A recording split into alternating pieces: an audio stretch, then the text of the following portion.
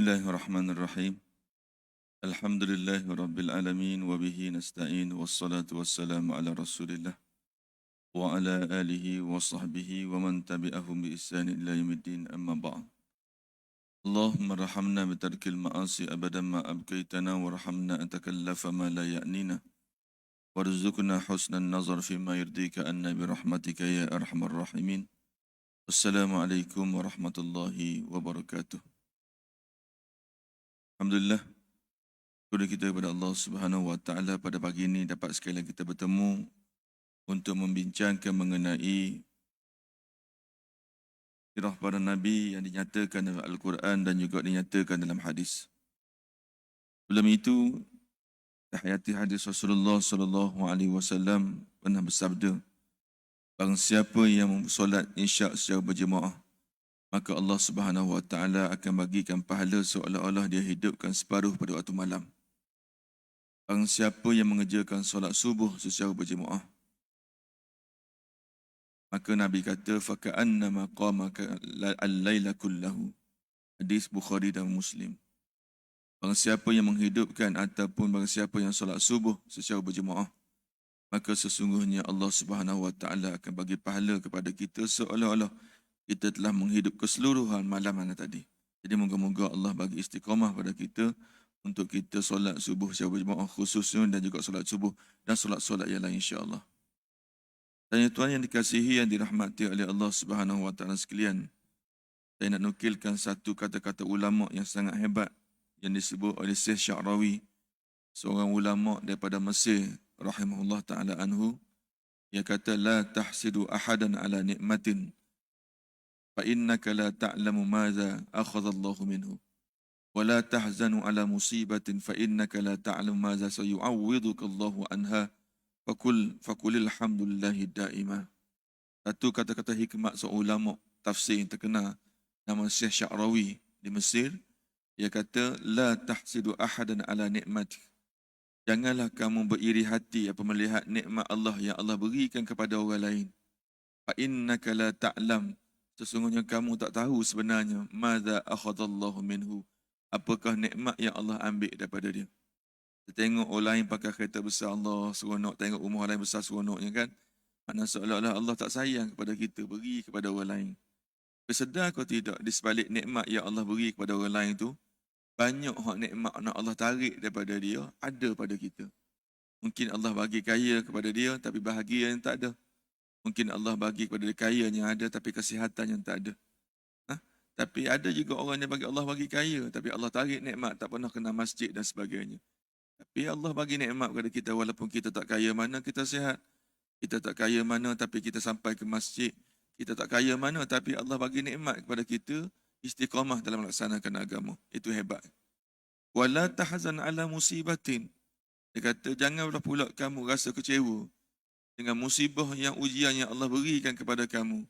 Nah, kenapa Allah beri pada kita tak beri pada lain? Katanya hati kita, jangan kamu duka cita, dia kata.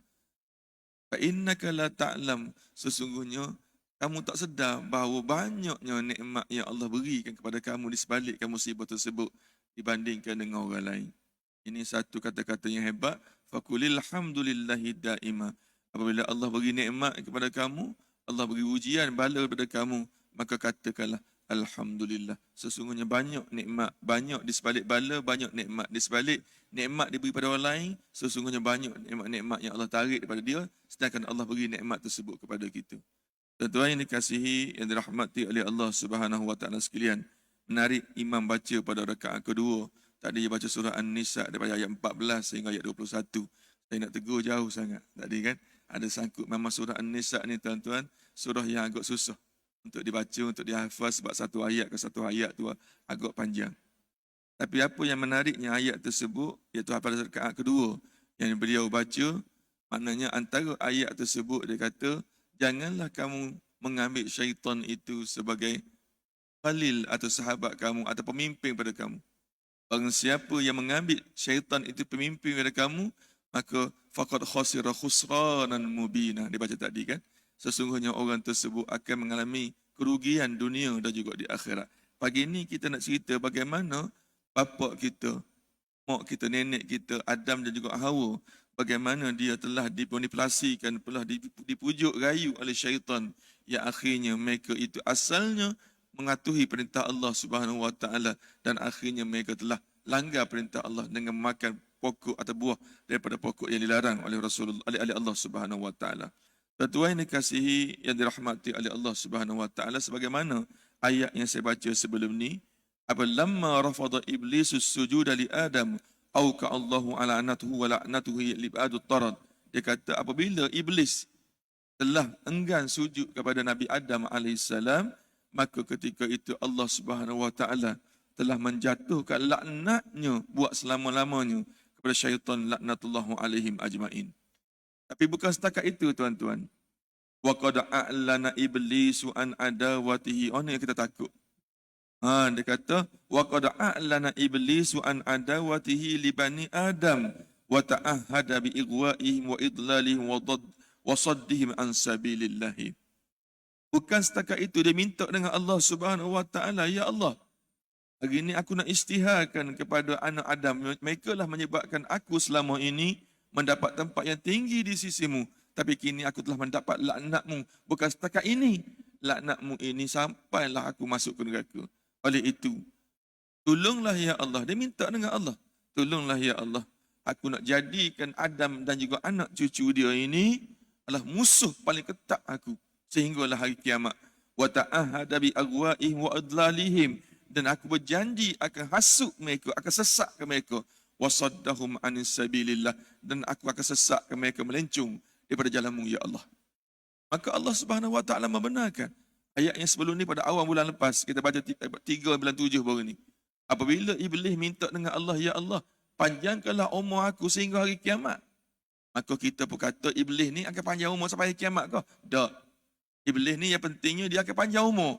Tapi dia akan dimatikan oleh Allah Subhanahu Wa Taala pada tempoh-tempoh yang tertentu. Bukannya makna semua yang iblis minta dengan Allah, Allah makbulkan. Tapi bab yang mengatakan bahawa iblis ni akan sesatkan kita semua sebagai anak Adam sampai hari kiamat, itu telah dimakbulkan oleh Allah Subhanahu Wa Taala. Bagaimana yang telah dinyatakan dalam surah Al-Isra yang berbunyi, A'udzubillahi minasyaitonirrajim. وَإِذْ قُلْنَا لِلْمَلَائِكَةِ اسْجُدُوا لِآدَمَ فَسَجَدُوا إِلَّا إِبْلِيسَ قَالَ أَأَسْجُدُ لِمَنْ خَلَقْتَ طِينًا قَالَ أَرَأَيْتَكَ هَذَا الَّذِي كَرَّمْتَ عَلَيَّ لَئِنْ أَخَّرْتَنِ إِلَى يَوْمِ الْقِيَامَةِ لأهتنكن ذريته إلا قليلا قال اذهب فمن تبعك منهم فإن جهنم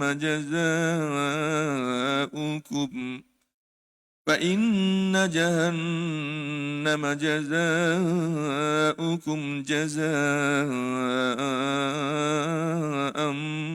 موفورا واستفزز من استطعت منهم بصوتك وأجلب عليهم بخيلك ورجلك وشاركهم في الأموال والأولاد وعدهم وما يعدهم الشيطان إلا غرورا إن عبادي ليس لك عليهم سلطان وكفى بربك وكيلا.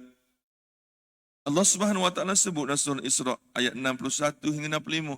Ini janji iblis kepada Allah Subhanahu Wa Taala, sesungguhnya mereka akan sesatkan kita. Bagaimana cara mereka akan sesat kita? Dengan 4 cara.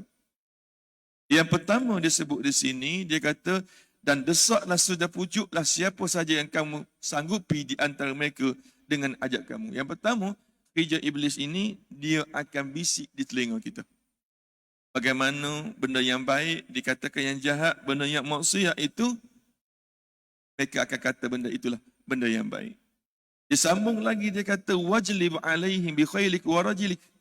Dia kata, Dan kerahkanlah terhadap mereka pasukan berkuda dan pasukanmu yang berjalan kaki serta berikatlah dengan mereka harta. Yang kedua, Allah beri peluang kepada mereka. Syaitan dia bukan setakat seorang dia, tak. Bahkan Allah berkata, mukerah semualah rakyat-rakyatmu, mukerahlah semua pengikut-pengikutmu, pergi semua sekali pergi hasut anak Adam. Bukan setakat itu dia kata lagi. Yang ketiga dia kata, maka berikatlah dia kata dengan mereka dengan harta anak-anak dan berilah janji kepada mereka dengan janji-janji yang tidak memberi kebaikan bahkan menyesatkan. 4 kaedah. Yang ketiga harta, yang keempatlah berilah janji kepada anak-anak Adam dengan janji yang sia-sia kamu tu. Makna 4 bentuk ini yang mana syaitan akan pujuk kita. Yang pertama dia sebut tadi, wastaftis minhum min sautik, dia kata makna mempujuklah, pujuk rayu sebanyak mungkin. Saya tak nak setuju ni. Yang kedua, dia kata mukerahlah askar-askar, makna syaitan dia ramai.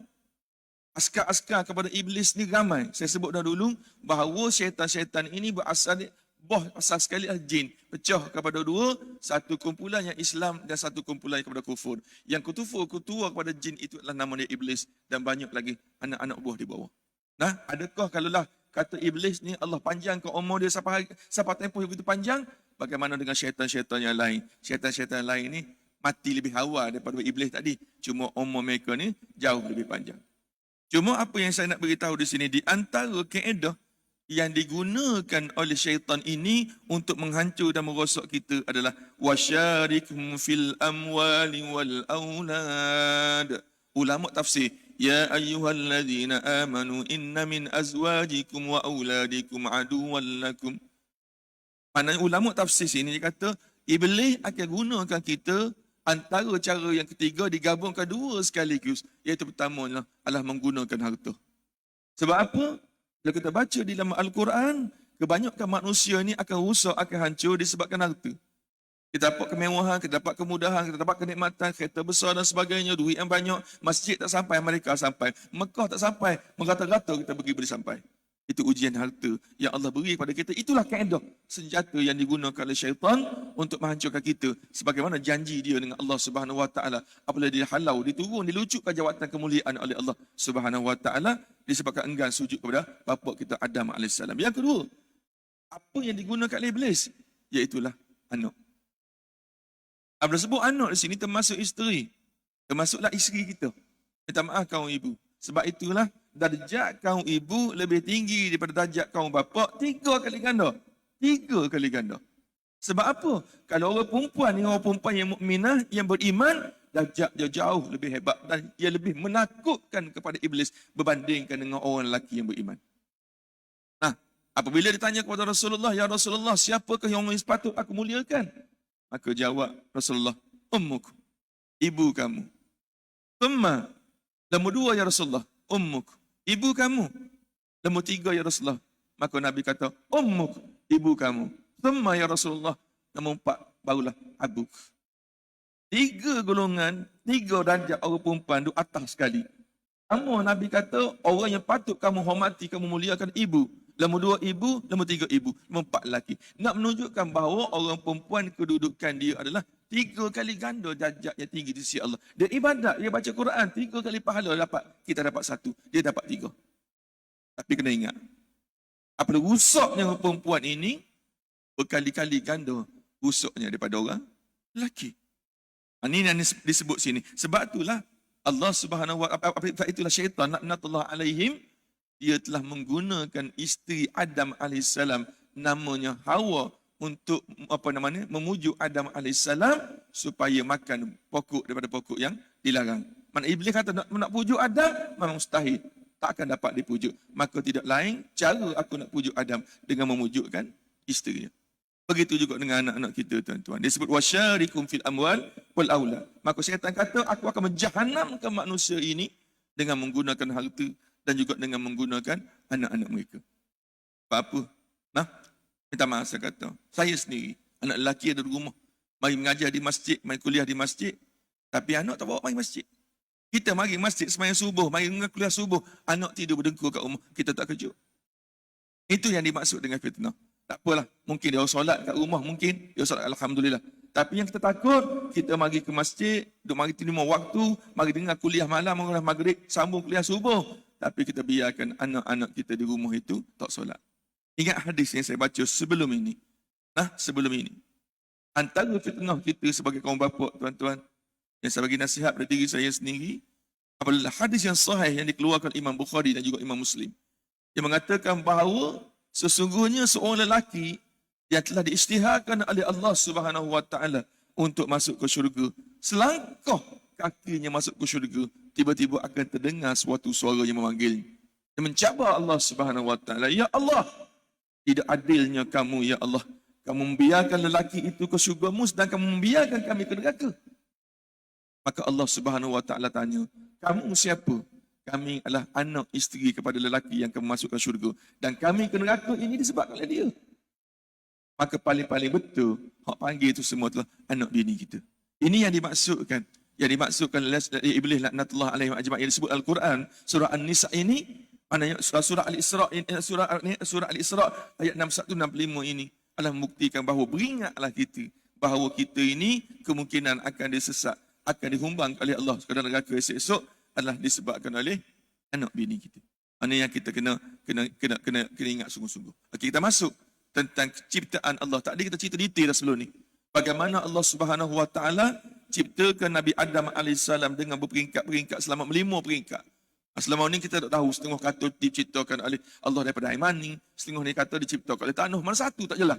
Baru ni kita dah cerita, alhamdulillah kita dah nampak dah. Sebenarnya Nabi Adam ni dicipta oleh apa? 5 peringkat detail dicipta oleh Allah Subhanahu wa taala di dalam Al-Quran. Sekarang ni kita nak cerita balik, bagaimanakah pula Hawa, isteri Adam AS telah dicipta oleh Allah Subhanahu wa taala. Sebenarnya banyak yang selama ni kita cerita bahawa Hawa AS ini telah diciptakan oleh Allah Subhanahu wa taala daripada tulang rusuk Nabi Adam. Kita nak tanya, betul ke tak gitu? Betul ke tak? Kita nak cerita merata, kita dengar selama ni cerita kat cucu kita, cerita kat anak kita, bagaimana Hawa dicipta? Maka kita kata dia diciptakan dalam tulang rusuk Nabi Adam. Betul ke tak? Ini soalan yang kita nak cakap sedikit lagi ni. Sebagaimana Allah Subhanahu wa taala khalaqallahu wa ja'al zawjan li Adam wa askana ma'ahu min fil jannah. Pada Nabi Adam ni kesunyian di dalam syurga, maka Allah Subhanahu wa taala telah ciptakan isterinya dan tinggal di dalam syurga bersama-samanya. Wa qad arafna li Adam zawjan sakana ma'al jannah min khilali ayatil Quran. Yang ini kita maklum bahawa Hawa ni tinggal bersama-sama dengan Adam AS dalam syurga, sebabnya Al-Quran telah cerita banyak ayat dan telah cerita tentang perkara ini. Betul. Tapi perkataan Hawa di dalam Al-Quran tak pernah wujud. Tapi nama tersebut telah disebut dalam hadis Rasulullah SAW. Tak apa. Yang kita bimbang. Minta maaf saya kata kadang-kadang penceramah dan sebagainya, mungkin dia baca sebagainya untuk sedap kecil. Dalam tafsir Quran ini, dia banyak istilah Israiliyat. Yang mana Israiliyat ni pendeta-pendeta Yahudi yang masuk pada Islam, dia bukan setakat masuk pada Islam, dia bawa habis mana cerita-cerita yang semasa dia dalam agama Yahudi dan juga dalam Nasrani. Masuk sini dan menjadi bahan ceramah kita di sini. Banyak benda yang kita perlu perbetulkan supaya perkara ini tidak disalah anggap. Sebab apa? Apabila benda yang berkaitan dengan akidah, sebab ciptaan Adam, ciptaan Hawa, benda ini adalah benda yang alam ghaib yang kita tidak tahu berkaitan dengan akidah, maka tidak boleh kita cerita sembrono begitu tanpa ada bukti dan dalil dan sebagainya. Di dalam Al-Quran Allah Subhanahu wa taala sebut, wa qulna ya Adam uskun anta wa zawjukal jannah wa kula minha ragadan haitsu syi'tuma wa la taqraba hadhihi asy-syajarah fatakuna minadh dhalimin. Orang kita biasa baca surah Al-Baqarah ayat 35. Wa qulna ya Adam uskun anta wa zawjukal jannah. Wahai Adam, wahai Hawa, wahai isteri kepada Adam, tinggallah kamu dalam syurga memakan apa yang kamu nak suka, mu nak makan setuhlah makan apa, aku tak kisah. Mu nak minta apa mintalah, mu nak makan apa mintalah, makanlah makan sepuas-puasnya. Wala taqraba hadhihi syajarah. Tapi kamu kena ingat, jangan sekali-kali kamu menghampiri pokok ini. Fatakuna minadh dhalimin. Maka kalau makan pokok ini, nescaya kamu akan termasuk golongan yang zalim. Dua perkara yang Allah sebut di sini. Yang pertama, wahai Adam dan isteri kamu, Allah tak sebut pun isteri nama apa. Tak sebut. Nama Hawa ke nama gapo tak sebut. Tak ada disebut dalam bab tersebut. Tak ada. Jadi maknanya sebut tak ada. Yang kedua, pokok yang kita nama sebagai pokok khuldi juga tidak disebut di dalam Al-Quran sebab ia sifat terbuka. Nabi kata, Tuhan kata, mu makanlah gapo tapi mu jangan makan pokok ni. Tapi tidak ada. Dan saya membuat kajian, membaca dalam banyak kitab-kitab tafsir, tak ada pun nama dia pokok khuldi, tak ada. Jadi maknanya tak mesti dispesifikkan pokok gapo. Mungkin pokok apple larangan kita tak tahu. Sebab Tuhan tak sebut. Sebab Tuhan sebut pokok saja. Jadi kita faham setakat itulah. Tak payah kita nak tafsir lebih. Bukan kita nak tahu nama pokok tu. Cuma kita nak tahu perintah Allah. Jangan dekat pokok tu. Itu maksud dia. Tuhan kata, wala taqraba. Jangan kamu dekat. Mau dekat tak boleh. Makan jauh sekali. Sebab itulah kalau dalam bab zina. Tuhan sebut, wala taqrabaz zina, jangan kamu menghampiri zina. Tuhan tak kata wala taznu, jangan kamu berzina. Tuhan kata jangan kamu menghampiri. Maknanya mana-mana perbuatan yang boleh membawa kamu menghampiri kepada perkataan zina, tengok orang perempuan pakai tudung pakai pakaian yang mencolok mata dan sebagainya, dan semua perkara itu adalah menghampiri pada zina, maka hukumnya adalah haram. Apatah lagi kita buat perbuatan zina. Begitu juga jangan kamu menghampiri mana-mana perbuatan yang boleh menghampiri kamu kepada pokok ini wahai Adam, jangan kamu buat. Hampir tak boleh, makan lebih-lebih lagi. Ini antara kehebatan yang Allah tunjuk daripada ijaz yang ada di dalam Al-Quran. Wa arrafna anna asma Hawa. Sekejap masa nak pukul 7. Saya ambil lebih sikit dah. 7-5 minit. Nak cukup setengah jam je. Sebab start tadi pukul 6.35. Kita berhenti pukul 7-5 minit. Boleh nak? Nak cukup setengah jam. Dia kalau tak cukup setengah jam ni, dia rasa orang Kelantan panggil tak jelira. Rasa tak apa nama ni, tak kena dengan nama kuliah. Setengah jam baru kita berhenti insya-Allah. Wa arafna anna ismaha Hawa. Kita tahu bahawa ada perkataan Hawa yang disebut oleh kita ini minal hadis sahih li Rasulullah sallallahu alaihi wasallam. Sebenarnya perkara tersebut telah disebut oleh Rasulullah dalam hadis sahih, yang mana hadis riwayat Imam Bukhari daripada Abu Hurairah anna Rasulullah sallallahu alaihi wasallam walaula Hawa lam takhun untha zaujaha. Dia kata, kalulah dia kata tak kerana Hawa ini telah memujuk suaminya Adam, nescaya kita ni Adam tidak akan makan buah larangan tersebut. Ramailah pakat marah kat mak kita Hawa ni. Ini semua Hawa dengan Nabi Adam ni punya kerja. Kalulah kita tak kerana dia makan buah larangan tadi, nescaya tak payahlah kita mari sembahyang kat subuh-subuh ni kan, duduk dalam syurga nak minta apa, nak minta karipat, kau minta tom yam, kau nak minta apa, tak payah kerja ke apa. Ni pagi-pagi kena kerja, malam baru balik. Orang perempuan pula pagi-pagi tak pasal masak lagi, kena basuh baju lagi sebagainya. Duduklah syurga tak payah. Order je, semua dapat belaka. Beritahu nak apa. Ni demo ni misalnya. Marahnya kita. Baru ni kita dah baca Al-Quran, tidak. Bukan disebabkan mereka semata-mata. Kan Tuhan dah sebut kepada mereka awal-awal lagi. Wa izkulna lil malaikati inni ja'ilun fil ardi khalifah. Qalu ataj'alu fiha man yufsidu fiha wa yasfiku ad-dima'a wa nahnu nusabbihu bihamdika wa nuqaddisu lak. Qala inni a'lamu ma la ta'lamu. Awal-awal lagi Tuhan beritahu tu.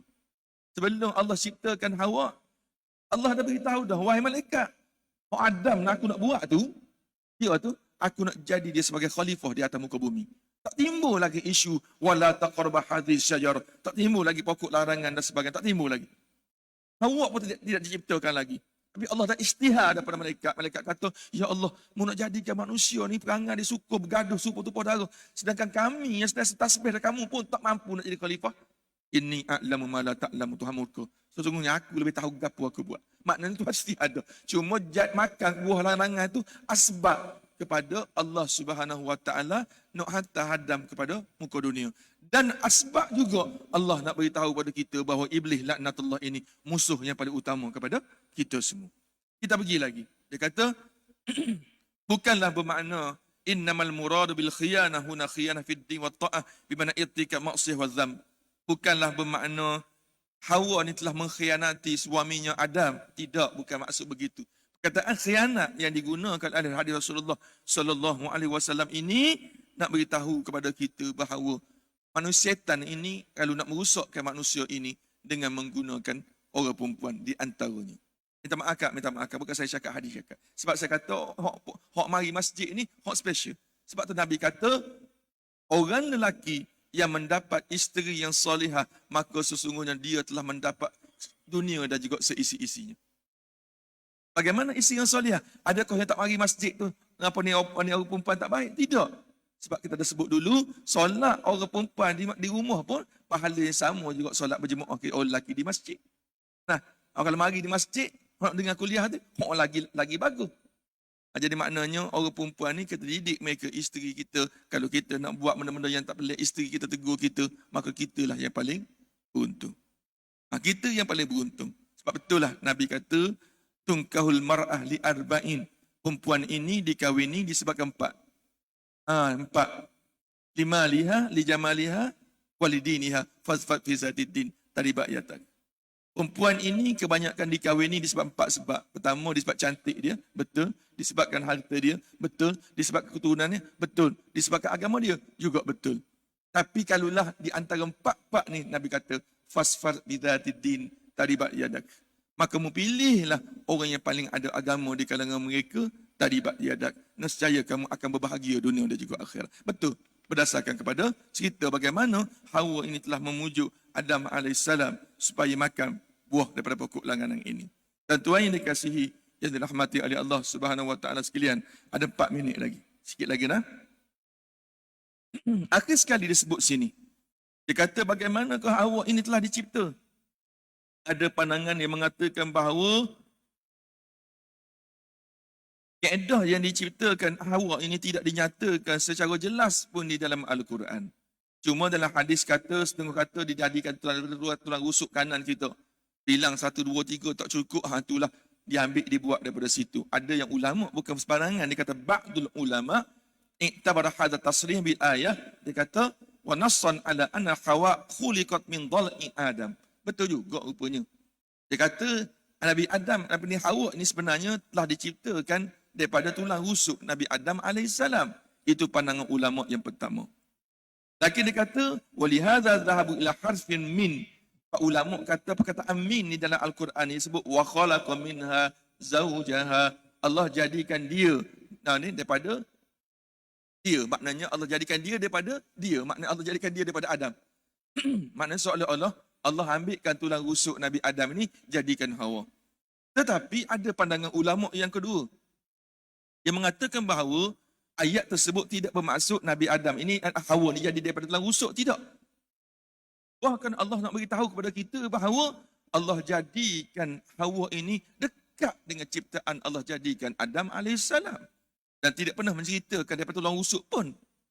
Tapi kebanyakan para ulama mufassir, ulama dunia, seluruh dunia, memang ulama-ulama yang hebat-hebat mengenai ulama tafsir, dia kata sebenarnya tidak jelas bagaimana Hawa ni telah diciptakan. Lebih baik kita biarkan begitu, tak payah duk kalut, duk cerita, duk cari bagaimana Hawa dijadikan, sebagaimana adakah dicipta seperti diciptakan Adam AS ataupun tidak. Tak payah. Sebab ni di dalam Al-Quran ini ada 2 bentuk. Satu, kita dengar, kita taat je begitu saja. Yang kedua, kita boleh dengar dan kita boleh kaji. Dan banyak di dalam ayat Al-Quran ini yang tidak mampu untuk kita kaji, dan di antaranya bagaimana Allah Subhanahu Wa Taala ciptakan Hawa ni. Sebabnya Adam, Allah cerita 5 step bagaimana jadikan 1, 2, 3, 4, 5 dan sebagainya. Wallahu a'lam bissawab. Kita berhenti setakat itu saja pada pagi ini. InsyaAllah kita masuk pada berikutnya. Ini nahid iqtira' an syajarah. Bagaimana Allah Subhanahu Wa Taala warningkan kepada Adam dan juga Hawa supaya jangan sesekali kamu mendekati pokok ini. InsyaAllah kita masuk pada awal minggu pertama pada bulan hadapan insya-Allah. Apa yang baik daripada Allah, apa yang kurang itu adalah kelemahan saya sendiri. Bismillahirrahmanirrahim. Ya muallimal Ibrahim al-hikmata 'allimna, ya mufahhim Sulaiman fahamna fahamna Sulaiman, wa kullan ataina hukma wa ilma, wa sakharna ma'a Daud al-jibali yusabbihna wat-tayri wa kunna fa'ilin. Ya Rabb Sulaiman, ya Rabb Ibrahim Musa wa Isa ya Muhammadin sallallahu alaihi wasallam. أخرجنا من ظلمات الجهل والنسيان برحمتك يا أرحم الراحمين. اللهم زدنا علما ارزقنا سبحان برحمتك يا أرحم الراحمين. اللهم نورنا بنور علمك وأبعدنا النسيان برحمة الراحمين. اللهم ارزقنا فهم النبي المرسلين برحمتك يا أرحم الراحمين. والحمد لله رب العالمين. بسم الله الرحمن الرحيم. والعصر إن الإنسان لفي خسر إلا للصالحات وتواصوا بالحق بالصبر. سبحانك اللهم وبحمدك أشهد أن لا إله إلا أنت وأستغفرك وأتوب إليه. والسلام عليكم ورحمة الله وبركاته.